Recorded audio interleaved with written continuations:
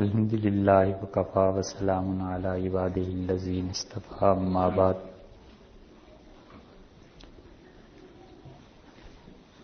اللہ تعالی نے انبیاء علیہ الصلوۃ والسلام کو جو دنیا میں بھیجا ہے تو ان کے آنے کا، ان کی بعثت کا مقصد یہ تھا کہ وہ عقائد میں واضح طور پر تفریق کریں اور لوگوں کو یہ بتائیں کہ کون سی چیز اس عقیدے کے خلاف ہے جو اللہ کو اپنے بندوں سے مطلوب ہے اور کون سی چیز اس کے موافق ہے۔ اللہ تعالی نے اپنی توحید کے لیے، رسالت کے اثبات کے لیے، اپنے کلام کی عظمت کے لیے، ملائکہ پر ایمان کے لیے اور ہر ایک فرد سے یہ اقرار کروانے کے لیے کہ مرنے کے بعد اس نے قیامت میں جواب دینا ہے اور تقدیر کے برحق ہونے اور بتانے کے لیے انبیاء علیہ السلام کو اس دنیا میں بھیجا۔ اور ان اللہ کے بندوں نے سب سے زیادہ محنت جس چیز پر کی وہ لوگوں کا عقیدہ اور وہ نظریہ تھا جس کے تحت وہ زندگی بسر کر رہے تھے، اور یہ جدوجہد بڑی طویل ہے۔ پوری انسانی دنیا کی تاریخ جتنی آپ سوچ سکتے ہیں، تصور کر سکتے ہیں،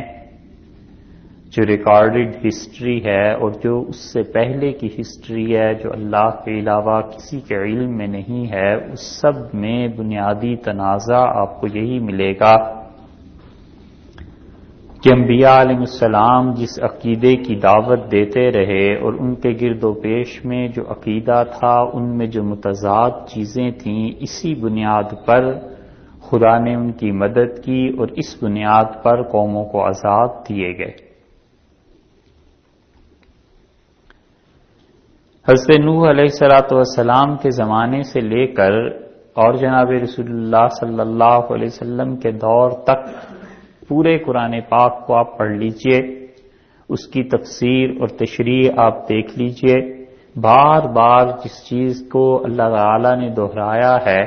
اور لوگوں کو بتایا ہے کہ یہ اصل چیز یہ تھی، وہ عقائد کا اختلاف ہے،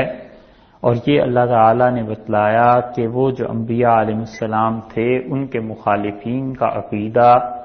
شرک اور کفر پر مبنی تھا۔ جو انبیاء علیہ السلام کی مخالفت کرتے رہے وہ رسالت کے وجود کے قائل نہیں تھے، وہ خدا کی وحی کے قائل نہیں تھے، وہ توحید کے قائل نہیں تھے، وہ خاص طور پر قیامت کے آنے کے قائل نہیں تھے، اعمال کی جزا کے ملنے کے قائل نہیں تھے، تقدیر کو بہانہ بنا کر شرک کرتے تھے۔ یہ سب کی سب تفصیلات آپ کو اللہ کی کتاب میں ملیں گی۔ رسول اللہ صلی اللہ علیہ وسلم کے دور میں بھی یہ جنگ جاری تھی، اور بنیادی طور پر جس مقصد کے لیے آپ مبعوث ہوئے تھے کہ لوگوں کو اللہ کی راہ دکھائیں، وہ صحیح عقیدے کی بات تھی کہ ایک مومن انسان کا صحیح عقیدہ کیا ہونا چاہیے، اور اس کے برعکس کافروں کے ساتھ آپ کی بحث کن امور پہ تھی۔ اللہ تعالی نے بہت واضح طور پر قرآن پاک میں فرمایا ہے کہ جب ان لوگوں سے آپ بات کرتے ہیں تو کہتے ہیں اِنَّا لَتَارِكُو آلِهَتِنَا، ہم اپنے خداؤں کو محض اس ایک شخص کی بات کی وجہ سے چھوڑ دیں، اور یہ جو لا الہ الا اللہ کی دعوت دیتا ہے کیا اس کو قبول کر لیں اور باقی سب کو ہم بھلا دیں؟ یہ تو قطعاً ممکن نہیں ہے۔ اور دوسری بات وہ کہتے تھے کہ اذا متنا وکنا ترابا، جب ہم مر جائیں گے اور مٹی میں مل جائیں گے، اِنَّا لَمُخْرَجُونَ، کیا ہم دوبارہ اٹھیں گے، دوبارہ اٹھائے جائیں گے، دوبارہ دنیا بنے گی، دوبارہ پھر قیامت آئے گی اور حساب ہوگا۔ اور رسول اللہ صلی اللہ علیہ وسلم کی حیات طیبہ میں آخری جو 23 برس ہیں بس وہ اسی جد و جہد میں گزرے کہ لوگوں کو دین حق کی طرف دعوت دیں اور عقیدے کی بنیاد پر لوگوں کو بتائیں کہ کہاں پہنچ کر ایک مسلمان میں اور کافر میں فرق پڑتا ہے۔ کہاں پہنچ کر مسلمان اسلام میں داخل ہوتا ہے اور مسلمان رہتا ہے اور کہاں پہنچ کے کفر کی حدود شروع ہو جاتی ہیں، اور ایک بالکل واضح اور امتیازی خط شریعت نے کھینچ دیا اور بتایا کہ یہ کفر ہے، یہ اسلام ہے، اگر اس کو تم کراس کر لو گے تو اس کے بعد اسلام میں تمہارا کوئی حصہ نہیں ہے۔ اور رسول اللہ صلی اللہ علیہ وسلم نے ہی بتلایا، اللہ کی کتاب نے بتلایا کہ یہ سب انبیاء علیہ السلام کا شیوا رہا ہے، یہاں تک کہ حضرت اسحاق علیہ السلام کے متعلق قرآن نے ہی بتایا کہ یعقوب علیہ السلام کے متعلق کہ اذ حضر یعقوب الموت، جب حضرت یعقوب علیہ السلام کی وفات کا وقت قریب آیا تو انہوں نے اپنے بیٹوں کو جمع کیا، ان کے بیٹے حضرت یوسف علیہ السلام تھے، ان کے بیٹے بنیامین تھے اور ان کے بیٹے تھے،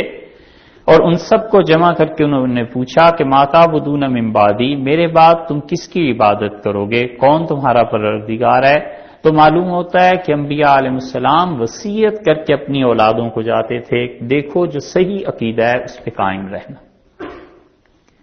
ابراہیم علیہ السلام کی صفات اللہ نے بیان کی، اور پہلی جو چیز اللہ نے ان کے متعلق ان کی منقبت میں، ان کی تعریف میں جو ارشاد فرمائی، پہلی سے مراد سب سے بہتر بات جو ان کے لیے کہی گئی، اللہ نے فرمایا وَجَعَلَهَا كَلِمَةً بَاقِيَةً فِي عَقِبِهِ، اور ابراہیم علیہ السلام اپنی اولاد میں توحید کا جملہ، توحید کا کلمہ چھوڑ کر اس دنیا سے گئے، یعنی انہوں نے اپنی اولاد اسماعیل اور اسحاق علیہ السلام، پھر اسحاق علیہ السلام کے بعد یعقوب علیہ السلام، پھر یوسف علیہ السلام، پھر یہ سارا سلسلہ داؤد اور سلیمان اور موسیٰ اور عیسیٰ علیہ السلام، یہ ساری بنو اسحاق کی شاخ، اور ادھر سے بنی اسماعیل میں حضرت اسماعیل علیہ السلام، اور ان کے بعد کئی پشتیں اور کرنے گزری حتیٰ کہ رسول اللہ صلی اللہ علیہ وسلم تشریف لائے۔ ان سب کا عقیدہ وہی اللہ کی توحید کا، رسالت کا، اور کبھی ایسے نہیں ہوا کہ وہ توحید اور وہ عقیدہ کہیں مختلف۔ اس عقیدے کی بنیاد پر رسول اللہ صلی اللہ علیہ وسلم نے بڑی واضح بات لوگوں سے کہی، اور اس عقیدے کی بنیاد پر کہیں ایسے نہیں ہوا کہ آپ نے لوگوں سے کوئی کمپرومائز کر لیا ہو، کسی نے آ کے کہا ہو کہ صاحب آپ ایک عقیدہ ہمیں بتا دیجئے، اس پہ قائم ہے، دوسرے کو چھوڑ دیتے ہیں اور آپ اور ہم مل کے چل رہے ہیں، بلکہ آپ نے صاف صاف واضح کر دیا، اور اللہ تعالیٰ نے سورہ کافرون جیسی آیات نازل فرمائیں کہ ان سے کہہ دیجئے کہ لکم دینکم ولی دین، میرا دین میرے لیے ہے اور تمہارا دین تمہارے لیے ہے، کوئی ایسی راہ نہیں ہے جس پہ پہنچ کے ہم دونوں مل جائیں۔ یہ صحیح عقیدہ دریا کے وہ دو متوازی کنارے ہیں جو ابتدا سے لے کے انتہا تک ایک دوسرے سے الگ رہتے ہیں،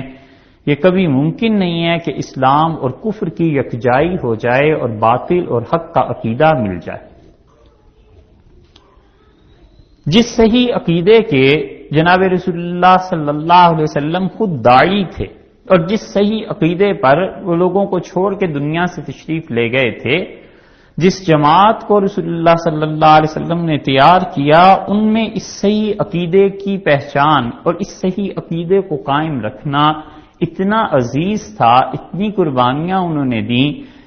کہ اس میں ذرہ برابر کہیں فرق آیا ہے تو لوگوں نے ایک طرح سے لتے لے لیے، اور انہوں نے کہا کہ بالکل یہ صحیح عقیدہ یہ ہے اور تم اس عقیدے کو بدلو، تم اس چیز کو بدلو، وہ عقیدہ جو کفر اور اسلام پر مبنی نہیں تھا بلکہ اس سے کم درجے میں بدعات، جسے آپ احتیاطاً مناسب لفظ میں کہہ سکتے ہیں، عقیدے کی بدعت کو بھی انہوں نے گوارا نہیں کیا۔ اور رسول اللہ صلی اللہ علیہ وسلم کے آخری دور میں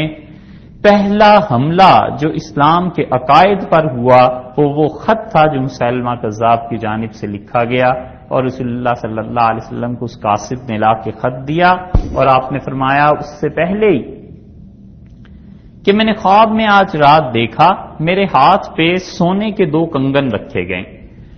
اور میں انہیں دیکھ رہا ہوں، وہ کنگن تو فرشتے نے مجھ سے خواب میں کہا کہ آپ پھونک دیجئے، تو میں نے پھونک جو ماری تو وہ دونوں کنگن گر گئے، تو آپ سے عرض کیا گیا کہ اس کی تعبیر، آپ نے فرمایا میرا خیال ہے کہ 2 آدمی نبوت کا دعویٰ کریں گے اور پھر خدا انہیں باطل کر دے گا، ختم ہو جائے گی ان کی نبوت، اور پھر کچھ ہی وقفے کے بعد مسیلمہ کذاب کا خط مل گیا، اور اس نے کہا کہ امید ہے جبریل امین نے آپ کو اطلاع دے دی ہوگی کہ خدا نے نبوت کو میرے اور آپ کے درمیان تقسیم کر دیا ہے، تو جس طرح نبوت تقسیم ہو گئی ہے آپ اسی طرح حکومت بھی تقسیم کر دیجئے، آدھا عرب آپ رکھ لیجئے، آدھا مجھے دے دیجئے۔ اس بے وقوف نے یہ تو دیکھا کہ ایک شخص اٹھا ہے، چند برس اس سے محنت کی ہے اور کچھ دوستوں کو ساتھ ملایا ہے، اور ہوتے ہی ہوتے اس نے پوری عرب دنیا پر قبضہ کر لیا اور مکہ مکرمہ جیسی بستی فتح ہو گئی اور سب کچھ ہو گیا۔ وہ سمجھتا یہی رہا کہ میں بھی اس طرح دعویٰ کروں، اپنے قبیلے کے افراد کو ساتھ ملاؤں اور ہم بھی اسی طرح لڑائیاں کر لیں گے اور ایک دن عرب ہمارا ہو جائے گا۔ اور اس بے وقوف کو یہ نظر نہیں آیا کہ اس پورے سلسلے کے پیچھے خدا کی وحی کی تائید تھی، خدا کی وحی اس کی رہنمائی کر رہی تھی۔ وہ اسے دیکھنے سے قاصر رہا، اور رسول اللہ صلی اللہ علیہ وسلم نے فرمایا اگر قاصدوں کا قتل جائز ہوتا تو میں تمہارا قتل کروا دیتا، تم کیوں اس خط کو لے کے آئے؟ اور یہ ردت کا دور، ارتداد کا دور شروع ہوا، اور اس ارتداد کے دور پر پہلی مرتبہ جو جنگ ہوئی ہے، پہلی مرتبہ اس ارتداد کے عقیدے کو جو رد کیا گیا ہے، یہ پہلا حملہ گویا اسلام پر ہوا ہے، اور وہ حضرت ابوبکر رضی اللہ عنہ کی ذات تھی۔ زکوٰۃ جیسی اہم چیز کے مسئلے پر حضرت ابوبکر رضی اللہ عنہ کے ساتھ صحابہ رضی اللہ عنہ کی بحث رہی ہے۔ انہوں نے کہا امیر المومنین جو نماز انہوں نے کہا رسول اللہ صلی اللہ علیہ وسلم کے آپ خلیفہ ہیں، اور جو شخص نماز پڑھتا ہے زکوٰۃ نہیں دیتا، ہم ان لوگوں سے جنگ نہیں کر سکتے۔ آپ ان لوگوں سے کیسے لڑ سکتے ہیں؟ رسول اللہ صلی اللہ علیہ وسلم نے تو فرمایا تھا جو لا الہ الا اللہ کا اقرار کرتا ہے وہ کافر نہیں ہے، اس کا مال اس کی جان محفوظ ہے۔ اور یہ بحث کرنے والے بھی کوئی معمولی آدمی نہیں تھے، حضرت عمر رضی اللہ عنہ جیسی شخصیت تھی، اور حضرت ابوبکر رضی اللہ عنہ نے کہا کہ عمر تم یہ بات کہتے ہو، اور پھر حضرت عمر رضی اللہ عنہ کہتے تھے انہوں نے مجھے پکڑ لیا اور مجھ سے فرمایا کہ عمر یہ تم سمجھتے ہو یہ کہ مجھے ان سے جہاد نہیں کرنا، ان کے خلاف نہیں لڑنا، جبار فی الجاہلیہ، جہالت کے دور میں تم اتنے سخت طبیعت کے، وخوار فی الاسلام، اسلام لا کے کمزور پڑ گئے۔ واللہ لو منعونی عقالا، خدا کی قسم یہ اونٹ دیں اور اونٹ کو باندھنے والی رسی اس کے گھٹنے کی نہ دیں، لا اقاتلنہم، ابوبکر ان سے لڑے گا۔ انہوں نے کہا واللہ لو منعونی عناقا، خدا کی قسم بکری دیں اور بچہ اس کا نہ دیں جو رسول اللہ صلی اللہ علیہ وسلم کے دور میں وہ دیتے تھے، میں ان سے جہاد کروں گا۔ حضرت ابوبکر رضی اللہ عنہ کی ان جملوں پہ صحیح بخاری میں آیا ہے، حضرت عمر رضی اللہ عنہ کہتے تھے شرح اللہ صدری، خدا نے میرا سینہ کھول دیا اور مجھے یقین ہو گیا ان کی کلام کی قوت سے اور ان کے غصے سے، ان کے جلال سے، کہ انہ علی الحق، یہ شخص سچا ہے، یہ سچائی پہ جہاد کر رہے ہیں۔ یہ ساری چیزیں ہوئی، مگر ختم نبوت کے مسئلے پہ کوئی ایک صحابی رضی اللہ عنہ ایسا نہیں ہے جس نے حضرت ابوبکر رضی اللہ عنہ سے کہا ہو کہ ان لوگوں سے لڑائی نہیں کرنی، بلکہ صحابہ رضی اللہ عنہ گئے، اور یمامہ کی جنگ نے فیصلہ کن مرحلہ تھا ختم نبوت کے متعلق، اور اس میں صحابہ کرام رضی اللہ عنہ شہید ہوئے، اور اتنے زیادہ کہ سینکڑوں وہ حفاظ تھے، 1200 کے قریب یا اس کے قریب یا بعض روایات میں کم تعداد لکھی ہے۔ یہ سب کے سب وہ تھے جنہوں نے رسول اللہ صلی اللہ علیہ وسلم سے براہ راست قرآن حفظ کیا تھا، اور حضرت عمر رضی اللہ عنہ نے واپسی پہ کہا کہ ابوبکر قرآن کو جمع کرائیے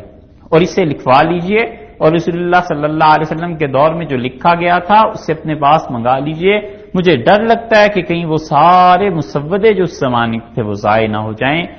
تو حضرت ابوبکر رضی اللہ عنہ نے قرآن کو جمع کرایا۔ یہ پہلا فتنہ تھا، پہلا حملہ تھا جو اسلام پر ہوا ختم نبوت کے معاملے میں، اور اس پہ حضرت ابوبکر رضی اللہ عنہ نے اس مسئلے کا دفاع کیا، اور اتنا حساس مزاج تھا صحابہ کرام رضی اللہ عنہ کا کہ حضرت ابو موسیٰ اشعری رضی اللہ عنہ کو حضرت عمر رضی اللہ عنہ نے اپنے زمانے میں مصر کی حکومت دی یا بصرہ کی،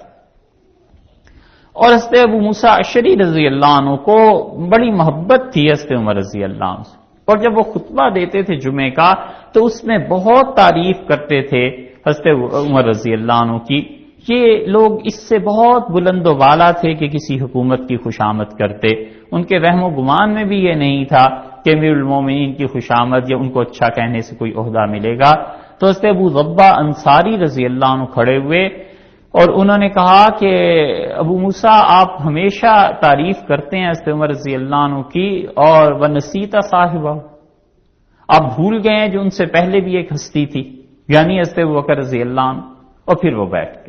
وہ پھر اٹھے اگلے جمعے کو، پھر جب وہ اٹھے بار بار یہ چیز پیش آتی رہی تو حضرت ابو موسیٰ رضی اللہ عنہ نے خط لکھا مدینہ منورہ میں حضرت عمر رضی اللہ عنہ کو کہ ابو ذبہ کا آپ علاج کیجئے، لوگوں میں اٹھ کے کھڑے ہو جاتے ہیں اور میرے خلاف بھی بات کرتے ہیں، اور اس طرح کی صورتحال مناسب نہیں۔ حضرت عمر رضی اللہ عنہ نے حکم دیا اور ابو ذبہ انصاری رضی اللہ عنہ تشریف لے گئے۔ تو حضرت عمر رضی اللہ عنہ نے کہا کہ کیا معاملہ ہے تمہارا اور تمہارے امیر کا، کس بات پہ جھگڑا ہے؟ انہوں نے کہا امیر المومنین کوئی جھگڑا نہیں، بس صرف اتنا ہے کہ میں ابو بکر رضی اللہ عنہ کو آپ سے افضل سمجھتا ہوں، یہی صحیح عقیدہ اب تک چلا آ رہا ہے کہ یقیناً حضرت ابو بکر رضی اللہ عنہ رسول اللہ صلی اللہ علیہ وسلم کے بعد پوری امت میں سب سے افضل ہستی۔ انہوں نے کہا امیر المومنین اس کے علاوہ کچھ نہیں، کہ وہ جب کھڑے ہوتے ہیں جمعے کے خطبے میں وہ اللہ کی حمد و ثنا اور اس کے نبی صلی اللہ علیہ وسلم پہ درود بھیجنے کے بعد وہ آپ کی تعریف کرتے ہیں، اور میں انہیں کہتا ہوں کہ ابو بکر رضی اللہ عنہ پہلے تھے۔ حضرت عمر رضی اللہ عنہ نے جب یہ سنا تو وہ چپ رہے اور پھر رونے لگے اور کہنے لگے اللہ کی قسم تم سچ کہتے ہو، اور تمہیں پتہ ہے ابو بکر کی ایک رات اور ابو بکر کا ایک دن عمر کی ساری زندگیوں کی نیکیوں سے بھی سوا ہے، وہ اس سے بھی بلند تر ہے۔ وہ رات جو انہوں نے رسول اللہ صلی اللہ علیہ وسلم کے ساتھ گزاری تھی غار ثور میں، اور وہ دن جس دن ہم نے طے کر لیا تھا کہ ہم زکوٰۃ کے منکرین سے نہیں لڑیں گے، اور ابو بکر رضی اللہ عنہ نے کہا خدا کی قسم اگر رسول اللہ صلی اللہ علیہ وسلم کی بیویوں کو آ کر کتے پڑ جائیں اور بھیڑیے ان کی ٹانگوں سے لپٹ جائیں تو بھی میں مدینہ منورہ سے جہاد کے لیے لشکر بھیج کے رہوں گا، میں کبھی ایسے لشکر کو نہیں روک سکتا جسے رسول اللہ صلی اللہ علیہ وسلم بھیج رہے تھے۔ تو ابو بکر رضی اللہ عنہ کا وہ دن یوم الردہ جس دن ارتداد شروع ہوا تھا، اور ان کی وہ رات عمر رضی اللہ عنہ کے ساری زندگی کے اعمال سے افضل ہے۔ یہ مزاج تھا صحابہ کرام رضی اللہ عنہ کا کہ ذرہ برابر عقیدہ کسی چیز میں فرق آیا وہ کھڑے ہو گئے، اور انہوں نے کہا جو بات ہمیں کہنی ہے سچ کہنی ہے، کسی سے ڈرنا نہیں ہے، کسی کی بات ایسے نہیں کرتے۔ حضرت عمر رضی اللہ عنہ نے خود لوگوں کا مزاج ایسے بنا دیا تھا، ان کے خلافت میں لوگ کھڑے ہو جاتے تھے، پوچھتے تھے کہ امیر المومنین فلاں بات کیسے ہو گئی، فلاں بات کیسے ہو گئی۔ حضرت عمر رضی اللہ عنہ ایک دن خود آئے، یہ خلافت سے تربیت آپ مسلمانوں کی دیکھیے کیسے ہوتی تھی، اور آ کر کہا کہ لوگوں میں سوچ رہا ہوں کہ اگر میں شریعت کے خلاف کوئی حکم جاری کروں تو پھر کیا ہوگا۔ لوگ چپ رہے۔ پھر حضرت عمر رضی اللہ عنہ دوبارہ پوچھا کہ تم لوگوں کا کیا خیال ہے اگر میں شریعت کے خلاف مملکت میں کوئی حکم جاری کروں؟ پھر چپ رہے۔ پھر تیسری مرتبہ انہوں نے پوچھا تو ایک عام آدمی دیہاتی بدو پیچھے سے کھڑا ہوا اور اسے تیر نکال کے دکھایا، اور اس کا عمر تم کر کے دیکھو تمہیں خدا کی قسم اس طرح سیدھا کر دیں۔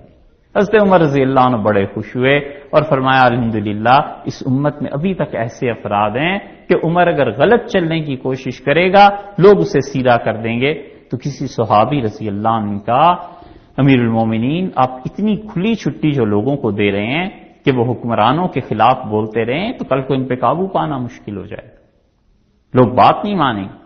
حضرت عمر رضی اللہ عنہ نے فرمایا لوگ اپنے حق کے لیے بولیں اور جد و جہد کریں تاکہ عمراء کو اور جو حکومت میں حکام ہیں انہیں خوف رہے کہ اگر ہم اسلام کے خلاف چلیں گے تو لوگ ہمارے خلاف اٹھ کھڑے ہوں گے۔ یہ زیادہ بہتر ہے بجائے اس کے کہ میں لوگوں کو یہ تعلیم دے کے جاؤں کہ حکومت جو کچھ مرضی کرتی رہے اور تم چپ رہو۔ یہ حضرت عمر رضی اللہ عنہ کی خود جب اپنی تربیت تھی تو ظاہر ہے کہ وہ ماحول ٹھیک رہا، یہاں تک کہ حضرت عمر رضی اللہ عنہ کے زمانے میں ایک شخص نے اسلام قبول کیا، بظاہر وہ مسلمان تھا اور عبداللہ ابن سبا اس کا نام تھا، اور وہ آیا مدینہ منورہ میں اور لوگوں سے آ کے کہتا تھا کہ قرآن کی ان آیات کا مطلب بتاؤ کہ اللہ تعالیٰ نے آدم علیہ السلام کو اپنے ہاتھوں سے پیدا کیا، یہ بتاؤ کہ استوى علی العرش کیا ہے، کہ اللہ تعالیٰ عرش پہ بیٹھا ہوا ہے یا نہیں بیٹھا ہوا، اوپر ہے یا نیچے ہے، الیاذ باللہ اس طرح کی باتیں۔ حضرت عمر رضی اللہ عنہ جب یہ باتیں سنی تو اس کو سزا بھی دی اور کہا کہ اسے مدینہ منورہ سے نکال دیا جائے، اور ہوتے ہوتے وہ فتنہ بڑھا یہاں تک کہ اسلام پر یہ دوسرا حملہ ہوا ہے اور بڑا ہی شدید حملہ تھا، اور اس نے لوگوں کو آہستہ آہستہ یہ کہنا شروع کیا کہ تم عجیب بات کے قائل ہو، ابو بکر اور عمر اور عثمان رضی اللہ عنہ خلافتیں ٹھیک ہیں، اور رسول اللہ صلی اللہ علیہ وسلم نے فرمایا تھا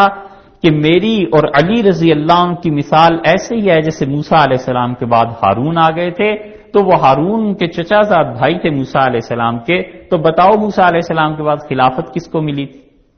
لوگ جو سیدھے سادے مسلمان ہوئے تھے وہ کہتے تھے کہ حضرت ہارون علیہ السلام کو ملی تھی۔ اس نے کہا تو اس کا مطلب ہے کہ خلافت چچا زاد بھائی کا حق تھا، یہ تین بیچ میں سے کہاں سے آ گئے؟ پھر اس نے ایک نیا شوشہ اور چھوڑا اور اس نے کہا کہ تم عجیب بات ہے اس بات کے قائل ہو کہ عیسیٰ علیہ السلام واپس آئیں گے،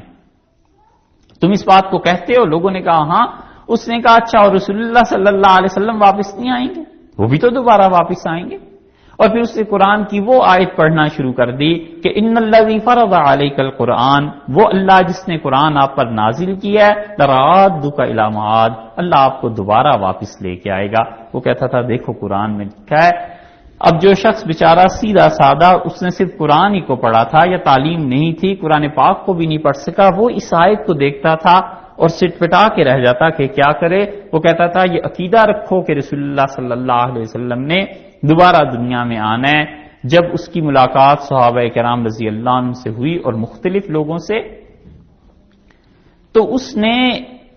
یہ کہنا شروع کیا، صحابہ رضی اللہ عنہ نے اور مختلف لوگوں نے اسے سمجھایا کہ یہ آیت دراصل نازل ہوئی ہے جب رسول اللہ صلی اللہ علیہ وسلم ہجرت کر کے تشریف لے جا رہے تھے، تو آپ کی طبیعت پہ بڑا بوجھ تھا، اور حضرت بکر رضی اللہ عنہ کہتے ہیں کہ مکہ مکرمہ کو پہاڑ میں، آخری پہاڑ جو ہجرت کے راستے میں تھا، اس کے اوپر کھڑے ہو کے آپ نے مکہ کو دیکھا اور رو پڑے، اور آپ نے فرمایا خدا کی قسم مکہ تو سب سے اچھا شہر ہے جو محمد صلی اللہ علیہ وسلم کو پسند ہے، میں کیا کروں کبھی نہ تجھے چھوڑتا اگر میری قوم یہاں سے نکلنے پہ مجبور نہ کرتی۔ تو اللہ تعالیٰ نے راستے میں یہ آیت نازل کی اور اللہ نے فرمایا کہ ہم آپ کو واپس لے کے جائیں گے۔ تسلی تھی رسول اللہ صلی اللہ علیہ وسلم کے لیے، اس نے اس صحیح آیت کو سیاق و سباق سے کاٹ کے دیکھیے اب کہاں لے گیا، اور اس نے کہا لوگوں عقیدہ یہ ہونا چاہیے کہ رسول اللہ صلی اللہ علیہ وسلم دوبارہ دنیا میں آئیں گے۔ یہ ان عقائد کی تشریح ابھی جاری تھی، یہ چیزیں ہو رہی تھیں، اور یہ دوسرا حملہ اسلام پر ہو رہا تھا کہ ایک تیسرا فتنہ اٹھا، اور تیسرا فتنہ ان نوجوانوں کا اٹھا جو نئے نئے مسلمان ہوئے تھے، جنہوں نے صحابہ کرام رضی اللہ عنہ کو نہیں دیکھا تھا، ان کی یعنی تربیت نہیں پائی تھی، رسول اللہ صلی اللہ علیہ وسلم کو نہیں دیکھا تھا، اور محض جذبات کے سہارے وہ پورے دین کو سمجھنا چاہتے تھے۔ حضرت عثمان رضی اللہ عنہ کی شہادت کے بعد حضرت علی رضی اللہ عنہ کا، اور جب دوسرے صحابہ رضی اللہ عنہ کے اختلافات چلے ہیں، تو حضرت علی رضی اللہ عنہ نے کہا کہ بہتر یہ ہے کہ ایک کمیٹی مقرر کر دی جائے اور وہ ہمارے جھگڑوں کا فیصلہ کرے۔ اس پر وہ نوجوان جو تھے وہ اٹھ کھڑے ہوئے اور انہوں نے کہا علی تم اور معاویہ دونوں اس بات کے قائل ہو کہ اللہ کے علاوہ لوگوں کی بات مانو گے، اور اللہ نے تو قرآن میں کہا ہے کہ ان الحکم الا للہ، اللہ کے علاوہ کسی کی بات نہیں مانی جا سکتی، تو تم دونوں نے قرآن کی اس آیت کی خلاف ورزی کی ہے، لہذا تم بھی کافر ہو بھی کافر۔ اور کافر کافر ہونے کے اتنے نعرے لگتے رہے کہ اس وقت پورے عالم اسلام میں سیدنا علی رضی اللہ عنہ کی خلافت میں شاید ہی کوئی ایسا شہر بچا ہو جہاں ان ظالموں کا وجود نہ پایا جاتا ہو، اور وہ ہر جگہ اس کی مسلسل تبلیغ میں مصروف تھے کہ علی کافر ہیں، علی عزب اللہ، علی ایسے ہیں، علی ایسے ہیں، علی ایسے ہیں۔ اس کے مقابلے میں پھر کیا ہوا؟ اس کے مقابلے میں جو تیسرا اٹیک تھا اسلام پر، صحابہ کرام رضی اللہ عنہ تھوڑے رہ گئے تھے، مگر جو جہاں تھا وہ اٹھ کھڑا ہوا، انہوں نے کہا علی رضی اللہ عنہ تو ایسے اچھے ہیں، علی رضی اللہ عنہ تو ایسے اچھے ہیں، ان کی یہ فضیلت ہے، یہ فضیلت ہے، یہ فضیلت ہے۔ نتیجہ یہ نکلا کہ سارے عالم اسلام میں حضرت علی رضی اللہ عنہ کی جتنی مذمت ہو رہی تھی اس سے زیادہ، کہیں زیادہ مستند زبانیں حضرت علی رضی اللہ عنہ کی تعریف کر رہی تھیں، تو حضرت علی رضی اللہ عنہ کے مناقب، ان کے فضائل کی روایات ہماری حدیث کی کتابوں میں زیادہ آ گئی۔ امام احمد ابن حنبل رحمۃ اللہ علیہ جیسا انسان کہتا تھا کہ اگر عقیدے میں یہ بات طے نہ ہو گئی ہوتی کہ ابو بکر سب سے افضل ہیں، پھر عمر، پھر عثمان اور پھر علی رضی اللہ عنہ، تو احادیث اتنی زیادہ ہیں حضرت علی رضی اللہ عنہ کے لیے کہ میں اس کا قائل ہوتا کہ حضرت علی رضی اللہ عنہ سب سے افضل تھے۔ لیکن پھر کہتے تھے کہ حضرت علی رضی اللہ عنہ کو جو حالات پیش آئے ہیں وہ پہلے تینوں خلفاء کو پیش نہیں آئے. ان کے منہ پہ کسی نے نہیں کہا کہ وہ کافر ہیں. حضرت علی رضی اللہ عنہ جب کہا گیا تو صحابہ کرام رضی اللہ عنہ کی تربیت رسول اللہ صلی اللہ علیہ وسلم نے کی تھی کہ ہمیشہ سچ بات کہنا. پھر جو جس جگہ پر تھا اٹھ کھڑا ہوا. عمر بن العاص رضی اللہ عنہ جیسے انسان نے ان کے فضائل کا اقرار کیا. سعد بن ابی وقاص رضی اللہ عنہ عشرہ مبشرہ میں سے تھے. وہ برابر کہتے رہے کہ علی رضی اللہ عنہ اچھے ہیں. طلحہ، زبیر، حضرت عائشہ رضی اللہ عنہم یہ سارے کے سارے حضرت علی رضی اللہ عنہ کے مناقب بیان کرتے رہے. اور خوارج نے دوسری طرف پورا سر اٹھا لیا. انہیں خوارج کہا ہی اس لیے گیا کہ یہ اسلام سے گویا خارج ہو. یہ بظاہر بڑے متقی تھے، بڑے پرہیزگار تھے. رسول اللہ صلی اللہ علیہ وسلم نے فرمایا تھا حضرت علی رضی اللہ عنہ سے کہ علی تمہاری وجہ سے 2 قومیں برباد ہو جائیں گی، میری امت کے 2 فرقے ہلاک ہو جائیں گے. ایک وہ جو تم سے حد سے زیادہ محبت کریں گے اور ایک وہ جو تم سے حد سے زیادہ نفرت کریں گے. تو دونوں چیزیں ہو جائیں گی. حضرت علی رضی اللہ عنہ کہتے تھے خود کہ رسول اللہ صلی اللہ علیہ وسلم نے ایک دن مجھے بٹھایا اور مجھ سے کہا کہ علی تمہارے متعلق میں کہتا ہوں کہ لا یحبہ الا مومن، تم سے کوئی محبت نہیں کرے گا مگر ایمان والا، اور تم سے کوئی نفرت نہیں رکھے گا مگر منافق. پوری اسلام کی تاریخ میں صحابہ کرام رضی اللہ عنہ میں 2 آدمی ایسے ہیں جن کے لیے اتنا بڑا جملہ آیا ہے. ایک حضرت عمر رضی اللہ عنہ کے لیے کہ صحابہ رضی اللہ عنہ کہتے تھے عمر سے کسی کو نفرت نہیں تھی سوائے منافقوں کے، اور ان سے کسی کو محبت نہیں تھی سوائے مومنوں کے. اور ایک سیدنا علی رضی اللہ عنہ کے بارے میں حضرت علی رضی اللہ عنہ نے آخر فیصلہ کن بات کی کہ یہ جو فتنہ اٹھا ہے اب، اور یہ جو مجھے کافر کہہ رہے ہیں، اور ان کا یہ اتنا بڑا فتنہ اتنا بڑا کہ عقیدے کی بات آ گئی، اور انہوں نے کہا ہر شخص جو گناہ کبیرہ کا مرتکب ہو وہ کافر. کسی نے شراب پی لی وہ بھی کافر ہو گیا، کوئی اور حرکت کر بیٹھا وہ بھی کافر ہو گیا. حضرت علی رضی اللہ عنہ نے فیصلہ کیا کہ جو تیسرا حملہ ہوا ہے ہمیں اس کا جواب دینا ہے. اور انہوں نے عبداللہ ابن عباس رضی اللہ عنہ کو بھیجا اور انہوں نے کہا کہ ان خارجیوں سے جا کے ملو اور ان کے شبہات سنو اور انہیں جواب دو. عبداللہ ابن عباس رضی اللہ عنہ گئے اور ان کی گفتگو سے بحث مباحثے سے 2000 کے قریب آدمیوں کو خدا نے ہدایت دی، مگر فتنہ ٹھنڈا نہیں ہوا. یہاں تک کہ سیدنا علی رضی اللہ عنہ نے بر وقت فیصلہ کیا. بڑا صحیح فیصلہ اللہ نے انہیں الہام فرمایا تھا. انہیں اندازہ ہو گیا کہ اب وہ پہلے جیسے حالات نہیں رہے. خدا نہ خواستہ مدینہ منورہ میں کہیں خون نہ ہو جائے، مدینہ طیبہ میں کہیں جنگ نہ ہو جائے. انہوں نے اپنا دارالحکومت کوفہ منتقل کر لی. اور کوفہ جب وہ پہنچے ہیں تو حضرت علی رضی اللہ نے اب طے کر لیا کہ اس تیسرے فتنے کو تو کسی طرح ختم کرنا ہی کرنا ہے. ان کا دور فتنوں کا دور ہو گیا تھا. اور سچی بات یہ ہے کہ جتنی غیر معمولی صلاحیتیں، جتنا علم، جتنا تقوی، جتنی صلاحیت، جتنا قرب اللہ نے اپنا انہیں نصیب کیا تھا، ان کے مقدر میں یہی تھا کہ اس کی زکوٰۃ دیں. اور اس کی زکوٰۃ کے فتنے تھے سارے کے سارے جو انہیں پیش آئے. سیدنا علی رضی اللہ عنہ نے آخر فیصلہ کیا اور انہوں نے کہا جو مجھے کافر کہتا ہے سب کوفہ کی مسجد میں آ جائیں. فیصلہ کن بات. 4000 سے زیادہ افراد کوفہ کی مسجد میں جمع ہو گئے. تل دھرنے کی جگہ نہیں تھی. اور سیدنا علی رضی اللہ عنہ کھڑے ہوئے ممبر پہ اور ان کا لوگوں میں کون ہوں؟ لوگوں نے کہا تم کافر. ان کا کون مجھے کافر کہتا ہے؟ انہوں نے کہا ہم نہیں کہتے، قرآن کہتا ہے. حضرت علی رضی اللہ عنہ نے فرمایا اچھا لاؤ قرآن کہاں ہے؟ تو وہ مصحف تھا، بڑے بڑے صفحات پہ لکھا جاتا تھا جیسے پرانے زمانے میں ہرن کی کھال پہ ان چیزوں پہ. تو حضرت علی رضی اللہ عنہ نے ممبر پہ اپنے سامنے رکھ کے اسے بار بار گویا ہاتھ سے تھپکنا شروع کیا اور کہتے تھے حدث الناس ایھا المصحف، قرآن فتویٰ دے کہ میں کیا ہوں. پھر انہوں نے ایسے کیا تو لوگ بڑے حیران ہوئے. انہوں نے کہا حضرت قرآن تو نہیں بولتا. کہتے کہ اچھا تم تو کہہ رہے تھے کہ قرآن کہتا ہے، تو میں اس لیے بار بار کہہ رہا ہوں کہ مجھے بتائے میں مسلمان ہوں، کافر ہوں، کیا ہوں؟ انہوں نے کہا حضرت ہم اس سے یہ سمجھیں. اب حضرت علی رضی اللہ عنہ نے پکڑ لیا اور انہوں نے کہا کہ جس ہستی پہ یہ قرآن نازل ہوا تھا اس نے اپنی بیٹی علی کے نکاح میں دی تھی،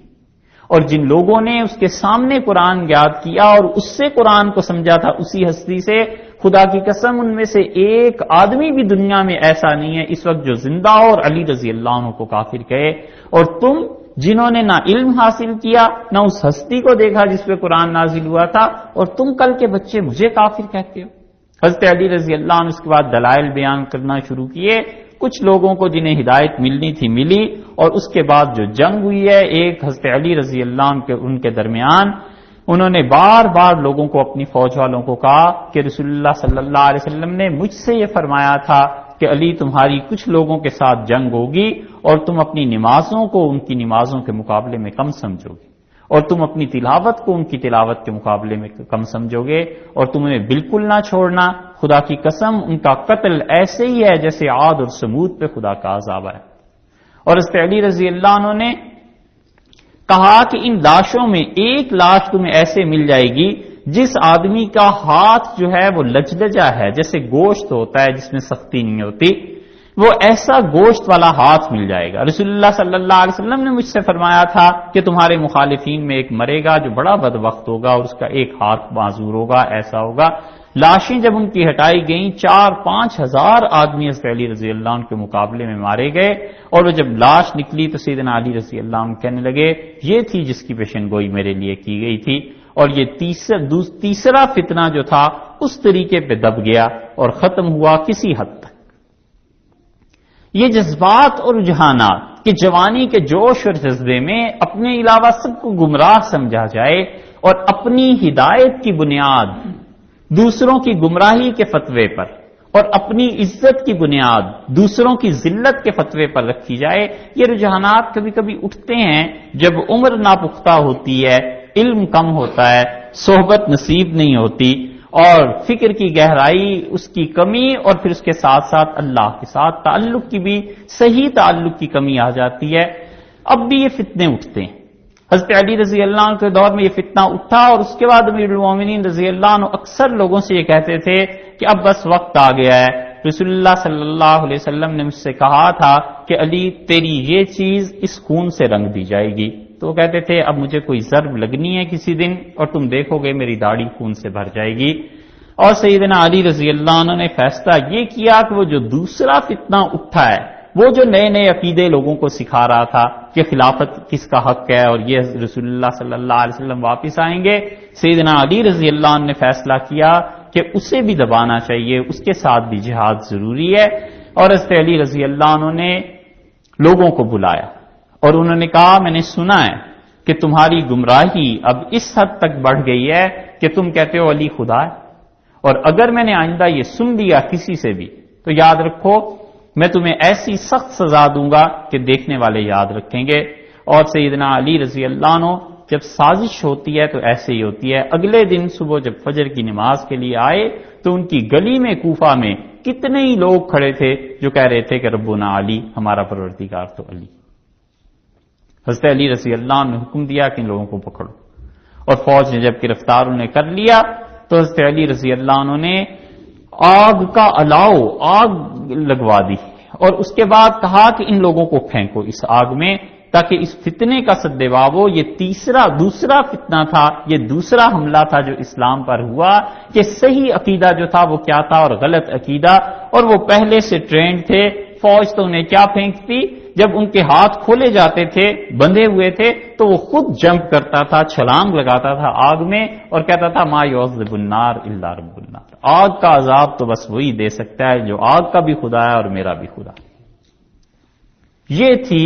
وہ سازش کی چیز جو اس وقت سے چلی ہے اور اب تک وہ چلتی چلی آ رہی ہے. یہ الگ بات ہے کہ اس کے عقیدے میں کچھ نہ کچھ فرق آ گیا ہو، مگر یہ اس دور کی چیز ہے. یہ تھی یہودیوں کی سازش جو انہوں نے اسلام کے لیے کی تھی اس زمانے میں، اور وہ اب تک چل رہی ہے. مسلمانوں نے کبھی ایسا کام نہیں کیا جس پہ یہودی بھی کہیں کہ مسلمانوں نے ہمارے خلاف کوئی ایسی بات کی تھی کہ دیکھو 1000 سال سے ہم اسے بھگت رہے ہیں. اپنے طرز عمل کو بھی مسلمان سوچیں کہ قوموں کے ساتھ ڈیلنگ کیسے ہوتی ہے. انہوں نے مسلمانوں کے ساتھ یہی ڈیلنگ کی. انہوں نے کہا ایک آدمی بھیجو بظاہر مسلمان ہو جائے اور مسلمانوں میں ایسے گمراہ کن عقیدے پھیلاتا رہے. پھر آخر پہ جب یہ لوگ آگ میں بھی پھینک دیے گئے، ادھر سے وہ تیسرا فتنہ خوارج کا بھی تھا، دوسرا فتنہ یہ تھا، یہ دوسرا فتنہ پھر ختم نہیں ہوا. یہاں تک کہ حضرت علی رضی اللہ عنہ کے بعد تاریخ میں حضرت حسین رضی اللہ عنہ کا واقعہ آ گیا، اور سیدنا حسین رضی اللہ عنہ کے اس واقعے نے اس گروہ کو اور تقویت دی. سیدنا حسین رضی اللہ عنہ کے ساتھ اور صحابہ رضی اللہ عنہ بھی تو کربلا میں شہید ہوئے. ان کا نام کوئی نہیں لیتا،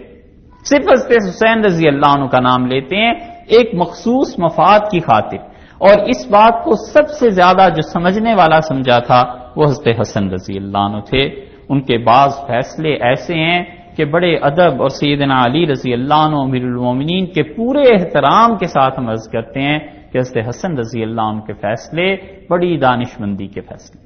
بڑی دور نگاہ ان کی گئی۔ جس دن حضرت علی رضی اللہ عنہ کی بیعت ہو رہی تھی کہ وہ امیر المومنین ہوں گے حضرت عثمان رضی اللہ عنہ کے بعد، حضرت حسن نے پکڑ لیا حضرت علی رضی اللہ عنہ اور انہوں نے کہا ابا بالکل ان لوگوں سے بیعت نہ کریں، اور آپ کو اگر خلافت لینی ہے اور خلافت آپ کا حق ہے تو اس وقت دنیا اسلام میں جتنے بڑے بڑے عمراء ہیں ان کو خط لکھیں، وہ آئیں اور آپ کی بیعت کریں، وگرنہ یہ لوگ عثمان رضی اللہ عنہ کے قاتل ہیں کہ آج آپ کی بیعت کریں گے اور پورے عالم اسلام میں یہ بات اڑ جائے گی کہ علی رضی اللہ عنہ کی بیعت تو انہوں نے کیا جنہوں نے عثمان رضی اللہ عنہ کو شہید کیا ہے، اور اس شہادت میں علی رضی اللہ عنہ کا بھی ہاتھ ہے۔ اسی لیے نہج البلاغہ میں صاف لفظ آئے ہیں، حضرت علی رضی اللہ عنہ نے صاف اظہار کیا، انہوں نے کہا اما دم عثمان، اور جو مجھ پہ الزام لگایا جاتا ہے عثمان کے خون کا، فنحن برا منہ، خدا کی قسم ہم اس سے بیزار ہیں، عثمان رضی اللہ عنہ کا خون ہم نے نہیں کیا۔ حضرت حسن رضی اللہ عنہ نے وفات سے پہلے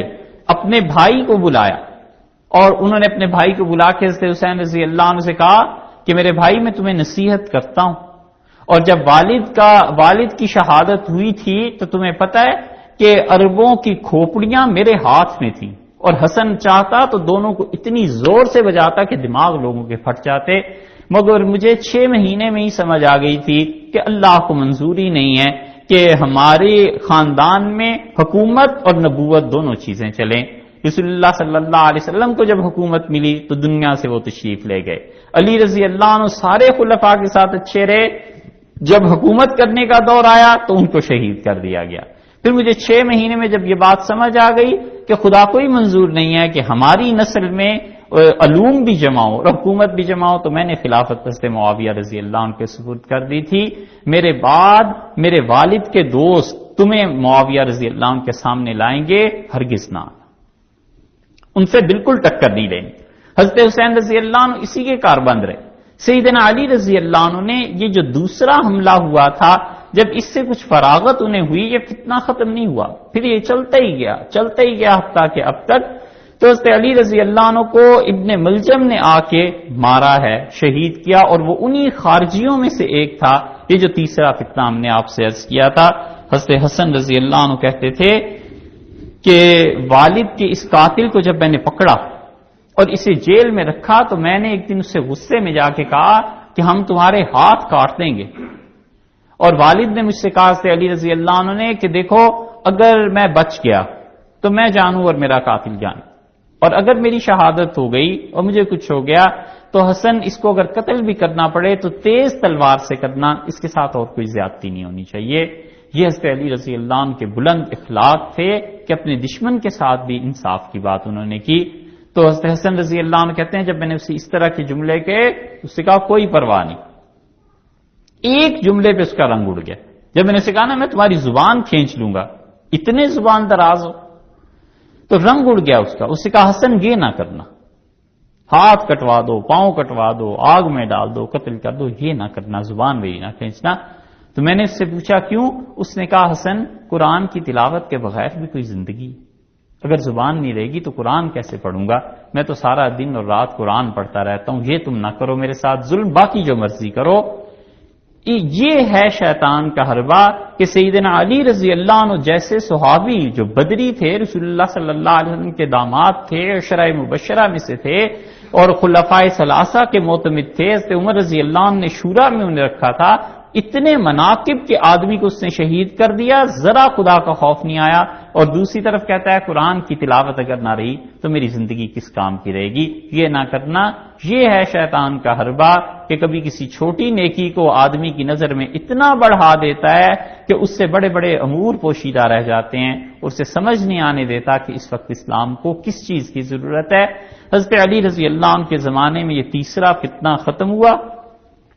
اور دوسرا فتنہ مسلسل جاری رہا۔ اب اسلام پہ چوتھا حملہ ہوا، اور چوتھا حملہ اسلام پہ نظریے اور عقیدے کے اعتبار سے اس وقت ہوا جب سیدنا علی رضی اللہ عنہ کے بعد خلافت اپنے حال پر چلتی رہی، یہاں تک کہ مسلمانوں میں فلسفہ آنا شروع ہوا اور آہستہ آہستہ ممالک فتح ہوتے گئے، نئی نئی اقوام آتی چلی گئیں۔ سب سے زیادہ دانش مندی کی اور سب سے زیادہ عقل کی پالیسی حضرت عمر رضی اللہ عنہ کی تھی۔ جب حضرت سعد رضی اللہ عنہ مکران پہنچے ہیں سندھ میں، تو ہندوستان جب فتح ہو گیا تھا، ایران کا علاقہ تھا مکران، یہ فتح جب ہو گیا تو حضرت عمر رضی اللہ عنہ لکھا سعد اب کدھر کا ارادہ ہے؟ انہوں نے کہا چین کا۔ تو حضرت عمر رضی اللہ عنہ نے روک دیا اور انہوں نے کہا بس اب اور مملکتیں فتح مت کرو، اور جتنے اب تک قومیں مسلمان ہو چکی ہیں، اسلام میں داخل ہو چکی ہیں، پہلے انہیں سے ہی مسلمان بناؤ، وگرنہ سعد ہر جگہ کی لوکل جو ٹریڈیشنز ہیں، مقامی روایات، یہ اسلام میں شامل ہو جائیں گی، لوگ صحیح مسلمان ہوں گے نہیں، اور ہر جگہ کا اسلام مختلف ہو جائے گا، اب اور کوئی قوم نہیں، اب تو انہیں ہی مسلمان کرنا ہے۔ لیکن اس کے عمر رضی اللہ عنہ کے بعد علاقے فتح ہوتے رہے، اور وقت اپنی رفتار کے ساتھ ساتھ چلتا رہا، یہاں تک کہ حسن بصری رحمۃ اللہ کے زمانے میں مسلمانوں میں عقلیات کا اور فلسفے کا جب غلبہ ہوا ہے تو انہوں نے یہ بات بڑے زور و شور سے اٹھی کہ جناب یہ بتائیے کہ گناہ کبیرہ کا مرتکب کیا؟ کبیرہ گناہ کے ارتکاب پہ کفر کا یہ فتویٰ تو دے چکے تھے خوارج، اب عالم اسلام میں یہ بحث چھڑ گئی کہ کبیرہ گناہ کا مرتکب کون ہے، اور دوسری بحث یہ چھڑ گئی کہ جناب یہ بتائیے کہ اللہ تعالیٰ کا عرش کا آپس میں کیا تعلق ہے، اور الیاذ باللہ یہی فتنہ اٹھتا چلا گیا یہاں تک کہ حسن بصری رحمۃ اللہ علیہ کے حلقے سے ایک آدمی اٹھا، واصل ابن عطا، اور اس نے ان کے مقابلے میں بصرہ میں اپنا ایک الگ مرکز قائم کر لیا۔ حسن رحمۃ اللہ علیہ کا اعتزلوا عنا، یہ ہم سے الگ ہو گیا ہے، اور وہ فرقہ تھا جس کو معتزلہ کہا جاتا ہے، اور معتزلہ اتنے چھا گئے عالم اسلام پہ، اتنی زبردست طریقے پہ کہ لوگ تصور نہیں کر سکتے تھے کہ اب کبھی اہل سنت کی عقیدے آئیں گے اور اب کبھی ان کی حکومت آئے گی، یہاں تک کہ ان معتزلہ کو اصل میں سپورٹ ملی ہے کہاں سے؟ جب مامون الرشید کی حکومت ہے۔ مامون الرشید کوئی معمولی آدمی نہیں تھا، عباسیوں اور امویوں کے جھگڑے چلتے رہے، اور اس موقع پہ اسلام کو جن دو چیزوں کی ضرورت تھی وہ اللہ نے پوری کی ہے۔ خدا کی رحمت ہو ان محدثین پہ، عجم نے اپنا خون دیا، عربوں میں اس وقت طاقت نکل چکی تھی، عربوں میں دین کا مزاج وہ نہیں رہا تھا، عجم سامنے آیا ہے۔ امام بخاری رحمت اللہ علیہ آئے اس لیے کہ حدیث اس وقت ضرورت بن گئی تھی کہ کسی طرح حدیث کو محفوظ کیا جائے۔ دو چیزیں، دو عمر تھے جن کے نصیب میں آئی ہیں، اور شاید یہ قیامت تک باقی رہنے والی چیزیں ہیں، وہ دونوں عمر تھے۔ پہلے عمر حضرت عمر رضی اللہ عنہ تھے، انہوں نے ابوبکر رضی اللہ عنہ سے کہا کہ قرآن جمع کیجئے، یہ نہ ہو کہ قرآن ضائع ہو جائے، اور دوسرے عمر بن عبدالعزیز تھے۔ عمر بن عبدالعزیز رحمۃ اللہ علیہ کو جب خلافت ملی تو انہوں نے لکھا سارے عالم اسلام کے علماء کو کہ صحابہ کرام رضی اللہ عنہ کا انتقال ہو رہا ہے، اور وہ آنکھیں ختم ہوتی جا رہی ہیں جنہوں نے نبی کریم صلی اللہ علیہ وسلم کی زیارت کی تھی، اس لیے حدیثیں لکھنا شروع کرو، حدیثیں لکھ کے میرے پاس بھیجو، ایسے نہ ہو کہ حدیث کا علم اٹھ جائے۔ عمر بن عبدالعزیز رحمۃ اللہ علیہ کا تجدید کا جو کارنامہ ہے، اصل کارنامہ ان کا یہ ہے کہ انہوں نے حدیث کو محفوظ کرا دیا۔ امام بخاری رحمۃ اللہ علیہ بخارا کے تھے،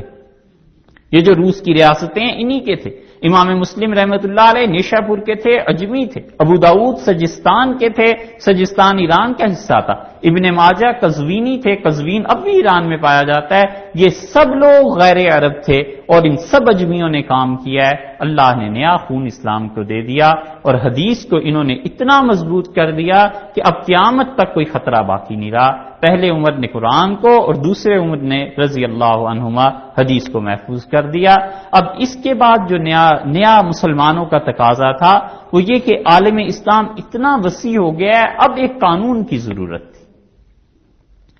انہیں ایک مدون قانون چاہیے تھا۔ ان کے آس پاس جتنی ریاستیں اس وقت بس رہی تھی دنیا میں، ترکوں کی حکومت تھی۔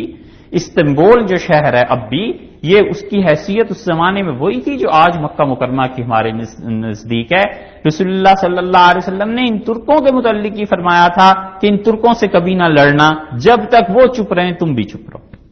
انہی کے متعلق کہا تھا۔ ترک قوم ہی ایسی جنگجو تھی، اور وہاں پہ ایک مہذب حکومت، مدون، ساری کی ساری فقہ، یعنی ان کا قانون مدون تھا۔ اب یہاں مسئلہ یہ پیدا ہوا کہ قانون کون سا حکومت کے پاس ہونا چاہیے، حکومت کس قانون پہ عمل کرے گی۔ اس کے لیے پھر اللہ نے لوگوں کو چنا، اور سب سے پہلی شخصیت جو اس معاملے میں خدا کی خالص اپنے انتخاب سے سامنے آئی وہ امام ابو حنیفہ رحمۃ اللہ کی ذات تھی۔ امام صاحب رحمۃ اللہ علیہ پہلے آدمی تھے جنہوں نے فقہ کو مدون کیا اور جنہوں نے لکھا کہ اسلام میں کیا کیا قانون ہوگا، مملکت کیسی چلائی جائے گی، قضا کیا ہوگی، اور اللہ نے پھر قاضی ابو یوسف، امام محمد ظفر جیسے شاگرد چنے تھے۔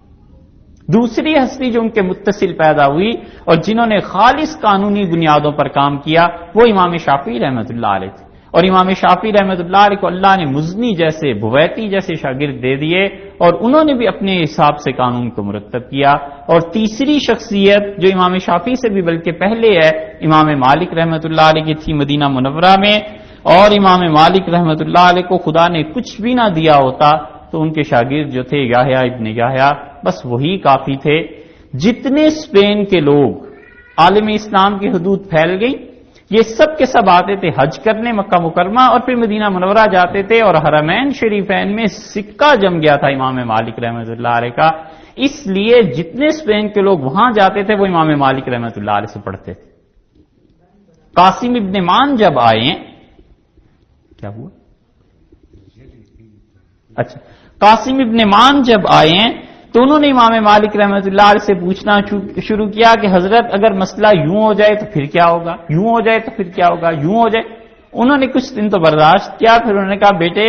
یہ جو فرضی مسائل ہیں نا اپنے پاس سے بنانا، یہ مزاج ہے کوفہ والوں کا، تو تم کوفہ میں چلے جاؤ اور ان سے تعلیم حاصل کرو۔ وہ کوفہ آئے، امام محمد رحمۃ اللہ علیہ سے انہوں نے پڑھا، اور وہ کہتے تھے امام محمد نے مجھے اس طرح پڑھایا جس طرح چڑیا اپنے نئے نئے بچے کے منہ میں چونچ سے دانہ ڈالتی ہے، اور یہ وہ کوفہ سے فقہ لے کے اور امام مالک رحمۃ اللہ علیہ سے حدیث لے کے اسپین گئے، اور اسپین میں ہمیشہ مالکی فقہ چھائی رہی ہے۔ اب تک الجزائر میں، تونس میں، پورے افریقہ میں جو مالکی فقہ آپ کو نظر آتی ہے یہ امام مالک رحمۃ اللہ علیہ کا فیض تھا، اور امام مالک رحمۃ اللہ علیہ کو بڑی مشکل پیش آ گئی۔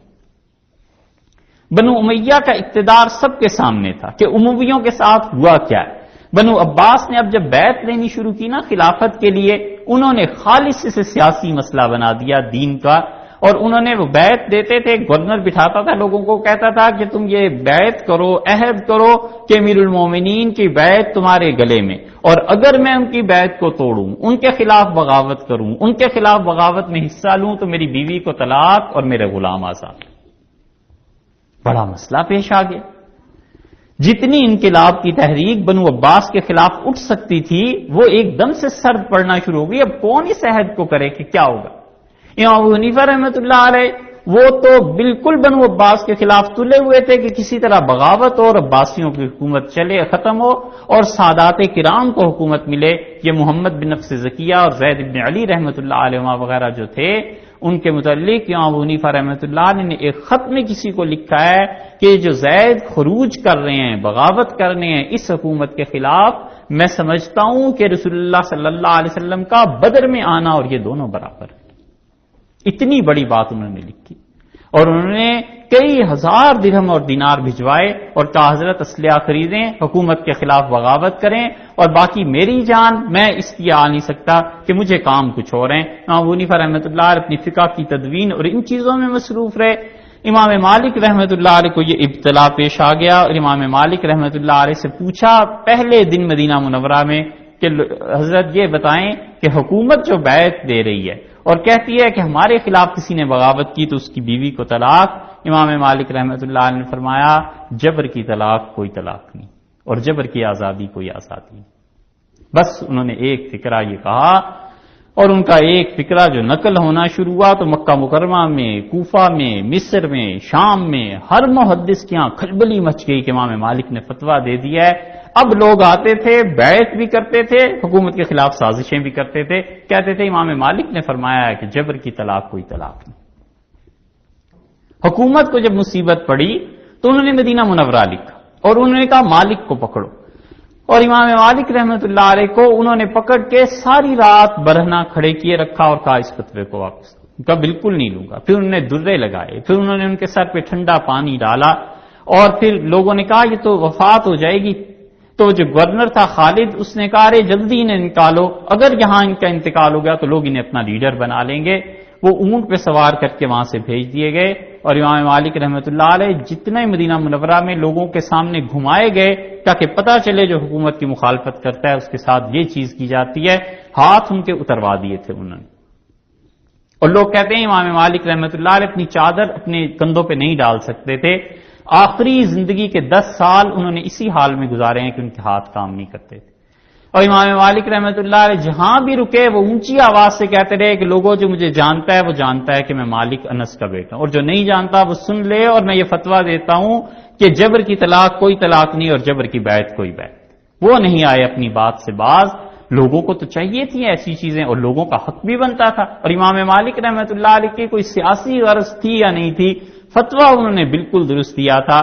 اب عالم اسلام کی چولیں جب اس طرح ہلنا شروع ہوئیں تو یہ جو فلسفہ تھا اس نے ظہور پذیر ہونا شروع ہوا، اور مامون الرشید پڑھنے کے لیے آیا امام مالک رحمۃ اللہ علیہ سے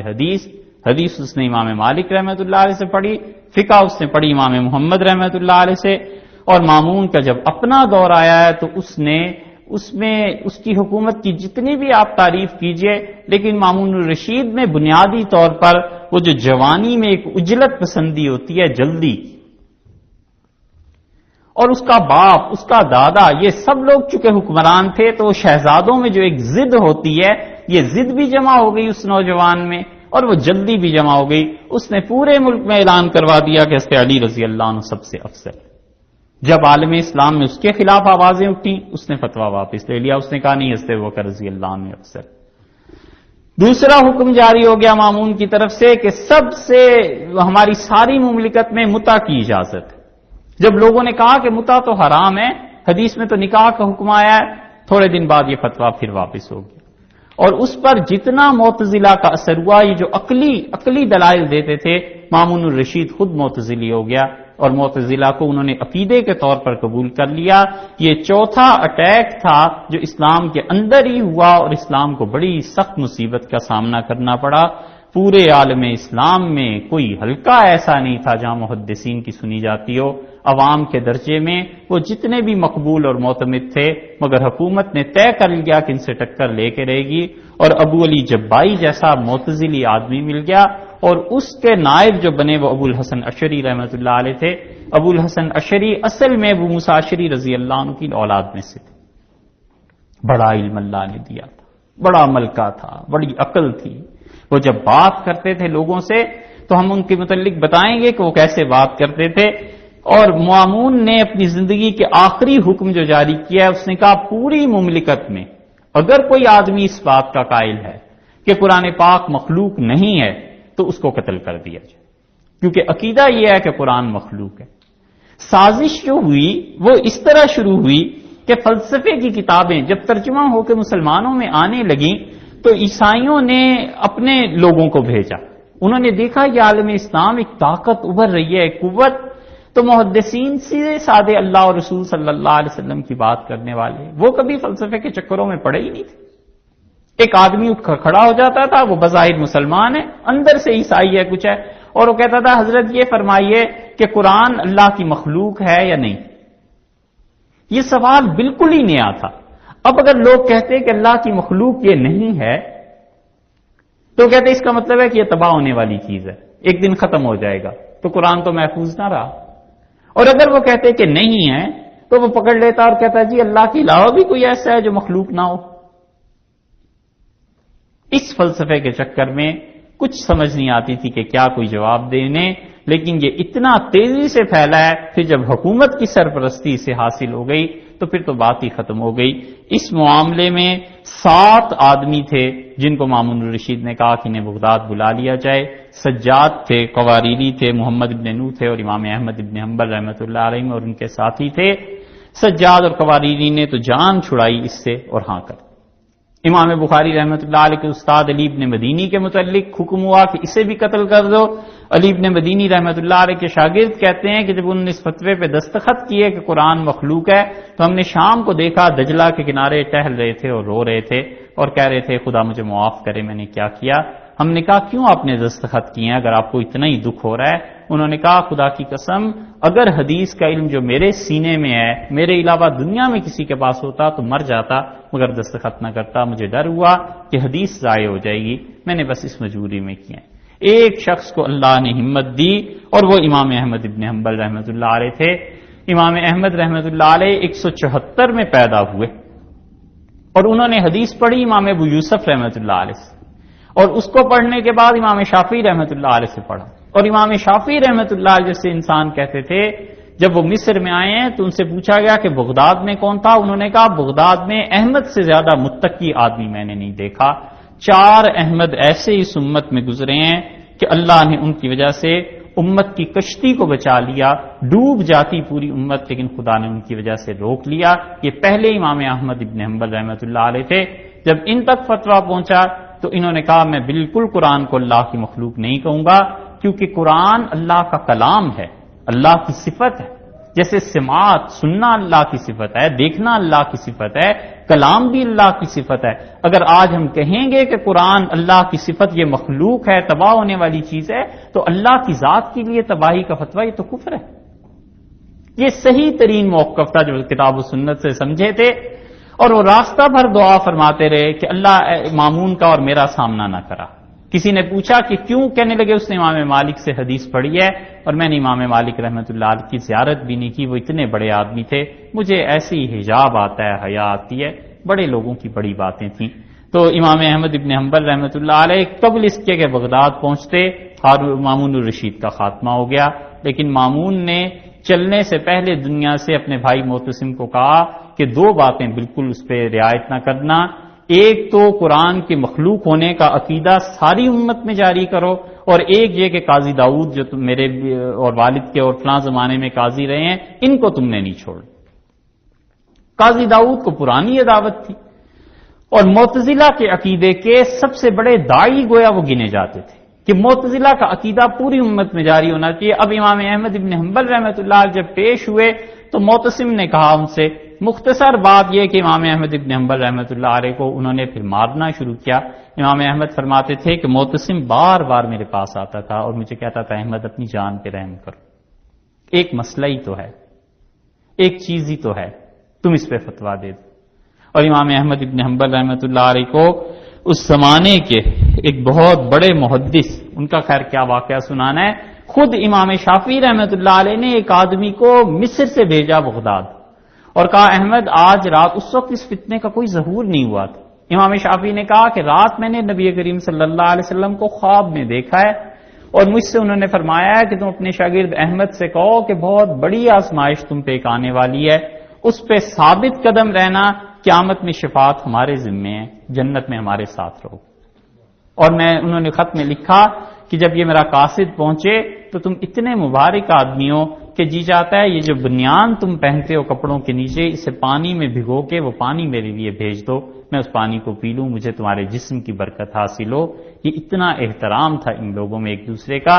امام احمد رحمۃ اللہ علیہ کو یہ سب باتیں یاد تھیں، یہاں تک کہ معتصم نے کہا میرے سامنے بحث کرو۔ جب بحث ہوئی تو امام احمد بار بار یہ کہتے رہے کہ اللہ کی کتاب اور رسول اللہ صلی اللہ علیہ وسلم کی سنت، ان 2 چیزوں کے علاوہ میں تیسری چیز کا قائل نہیں۔ حتیٰ کہ معتصم کو غصہ آیا اور اسے کہا مارو اسے، اور جب انہوں نے مارنا شروع کیا تو ایک جلاد 2 کوڑے مارتا تھا پھر ہٹ جاتا تھا، پھر دوسرا، پھر تیسرا۔ معتصم نے کہا اب مانتے ہو؟ ان کا نہیں مانتے، اس کا اور زور سے مارو، یہاں تک کہ امام احمد رحمۃ اللہ علیہ فرماتے تھے کہ مجھے 34 درے اس دن پڑے اور پھر میں بے ہوش ہو گیا، اور اس نے کہا جتنے درباری ہیں سب اس کے اوپر چڑھ دوڑو، اور لوگوں نے مجھے اپنے پاؤں سے روندا اور اس نے کہا اب اسے اٹھاؤ اور جیل میں لے جاؤ۔ امام احمد فرماتے تھے پھر بلایا، پھر مار پڑی، پھر بلایا، پھر مار پڑی،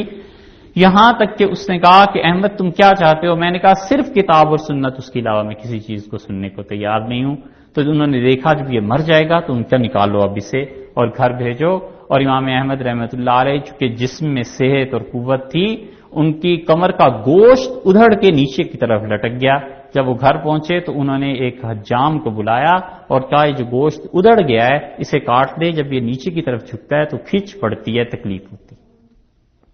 یہ انہوں نے مقابلہ کیا۔ اور معتزلہ کے عقیدے کو انہوں نے بالکل قبول نہیں کیا، حتیٰ کہ وہ آدمی آئے جنہوں نے درے مارے تھے، اور اس آدمی نے آ کے کہا خدا کی قسم احمد، ہاتھی کو ایسا درہ مارتا تو چنگاڑ کے بھاگ جاتا، تمہاری ہی ہمت ہے کہ تم نے اتنی قوت کا ثبوت دیا ہے۔ امام احمد ابن حنبل رحمۃ اللہ کے متعلق سارے محدثین اور فقہا بڑے بڑے لکھتے تھے، اور انہوں نے لکھا ہے، انہوں نے کہا نصر اللہ هذه الامہ، اللہ نے اس امت کی مدد کی یوم الردت من ابی بکر، ابو بکر رضی اللہ عنہ کے ذریعے جب ارتداد کا فتنہ شروع ہوا تھا، ومن احمد، اور احمد ابن حنبل رحمۃ اللہ علیہ سے جس دن یہ مخلوق قرآن کا فتنہ شروع ہوا تھا۔ فضا چھٹ گئی، بات ختم ہو گئی، امام احمد ابن حنبل رحمۃ اللہ کی قربانی رنگ لائی، اس کے بعد واسق آیا، اور واسق کے بعد جو متوکل آیا تو وہ تو بالکل ہی نرم پڑ گیا۔ متوکل نے کہا پکڑو انہیں جو کہتے ہیں کہ قرآن اللہ کی مخلوق ہے، اب ان کی سختی شروع ہوئی۔ لیکن فلسفے کو جو عروج مسلمانوں میں ملنا تھا وہ مل گیا۔ اب اس کے مقابلے میں معتزلہ کا زوال جو شروع ہوا ہے، تو ابو علی جبائی جیسا آدمی، معتزلہ کا بہترین دفاع کرنے والا وکیل، اس کو ابو الحسن اشعری رحمۃ اللہ علیہ جیسے آدمی مل گئے۔ ابو الحسن اشعری رحمۃ اللہ علیہ کم و بیش 15-16 برس بغداد میں رہ کے اس بات کی وکالت کرتے رہے ہیں کہ قرآن اللہ کی مخلوق ہے، اور ایسے اور ایسے، اور اللہ کا عرش اور یہ چیزیں، یہاں تک کہ ان کے دل میں خلش پیدا ہوئی، اور انہوں نے کہا صحیح عقیدہ کیا ہے۔ اور امام ابو الحسن اشعری رحمۃ اللہ علیہ کو جب وہ محدثین دیکھتے تھے تو دعا کرتے تھے اور کہتے تھے خدایا اسے ہدایت دے دے، اس جیسی زبان اسلام کو چاہیے، اتنا بڑا آدمی اسلام کو چاہیے۔ ان محدثین کی دعائیں رنگ لائیں، اور نتیجہ یہ کہ وہ کہتے تھے میں اعتکاف میں جب بیٹھا تو پہلے عشرے میں رمضان میں نے معتزلہ کی حمایت میں تقریر کی اور بتایا کہ یہ اہل سنت سب گمراہ ہیں، محدثین گمراہ ہیں، فلاں فلاں، تو میں نے رسول اللہ صلی اللہ علیہ وسلم کو خواب میں دیکھا تو آپ مجھ سے ناراض تھے، مجھے نہیں سمجھ آئی کیوں ناراض۔ کہتے میں نے دوسرے عشرے میں پھر دیکھا، پھر تیسرے عشرے میں کہا کہ اللہ کے رسول میں حق پہ ہوں، تو رسول اللہ صلی اللہ علیہ وسلم نے فرمایا تمہاری ہدایت کے لیے اللہ نے فیصلہ کر لیا ہے، وگرنہ میں تم سے ایک ایک مسئلے پر بحث کر کے تمہیں بتاتا کہ تم غلطی پر ہو، اور تمہارے مقابلے میں جو لوگ میری حدیث کی خدمت کر رہے ہیں یہ سب حق پہ ہیں۔ بس اللہ نے ان کی ہدایت کا جو فیصلہ کیا اس کا ظہور اس طرح ہوا کہ ابو الحسن اشعری رحمۃ اللہ علیہ نے ایک دن جمعے کا دن تھا، اور وہ حکومت کی طرف سے بھی گویا خطیب مقرر تھے بغداد شہر کے، جب سب لوگ جمع ہو گئے تو انہوں نے اپنے خطبے میں کہا لوگوں مجھے جانتے ہو کون ہوں؟ تو لوگوں کو تعجب ہوا، انہوں نے اپنا جبہ وہ اتار کے پھینک دیا، اور انہوں نے کہا جس طرح یہ پھینک رہا ہوں اللہ کی قسم معتزلہ کا عقیدہ ایسے ہی رد کر رہا ہوں، وہ سب جھوٹ ہے اور محدثین صحیح ہیں۔ اور یہ کہہ کے انہوں نے جو عقیدے کو بیان کرنا شروع کیا تو بس اللہ نے ان کے ذریعے مدد کی۔ اسی لیے یہ کہتے ہیں کہ اہل سنت والجماعت عقیدے کے معاملے میں اشعری، یعنی ہم عقیدے میں ان چیزوں کو مانتے ہیں جو امام ابو الحسن اشعری رحمۃ اللہ علیہ نے کہی ہیں، یہ ہے اشاعرہ ہونا کہ فلاں آدمی شافعی ہے، مالکی ہے، حنفی ہے، امام احمد رحمۃ اللہ علیہ کو پیروکار ہے، مگر عقیدے کے اعتبار سے وہ اشعری ہے، یعنی امام ابو الحسن اشعری رحمۃ اللہ علیہ کو پیروکار ہے۔ یہاں تک کہ ابو الحسن اشعری رحمۃ اللہ علیہ کو اللہ نے وہ علم، وہ بیان کی قوت دی تھی کہ ان کے ایک شاگرد کہتے ہیں کہ میں ایک دن جب وہ بیان کر کے اٹھے تو ان کے پیچھے پیچھے چلا اور میں انہیں دیکھتا رہا بار بار، تو انہوں نے مجھ سے پوچھا کیا دیکھتے ہو؟ میں نے کہا آپ کی کتنی زبانیں، کتنی آنکھیں ہیں، کتنے کان ہیں؟ لوگ اتنی مختلف طرح کے سوال کرتے ہیں، آپ سب کا جواب دیتے ہیں، خوش بھی رہتے ہیں، کتنا علم اللہ نے دیا ہے۔ تو میری ساری تعریف پر سوائے ہنسنے کے اور انہوں نے کچھ نہیں کیا، بس ہنستے رہے اور کچھ نہیں مجھ سے فرمایا۔ ابو الحسن اشعری رحمۃ اللہ علیہ نے عقیدے کو مستحکم کیا، اور ان کے مقابلے میں دو اللہ نے ہستیاں اور پیدا کی جو اس چوتھے فتنے پر کاری ضرب انہوں نے لگائی، اور وہ مصر میں امام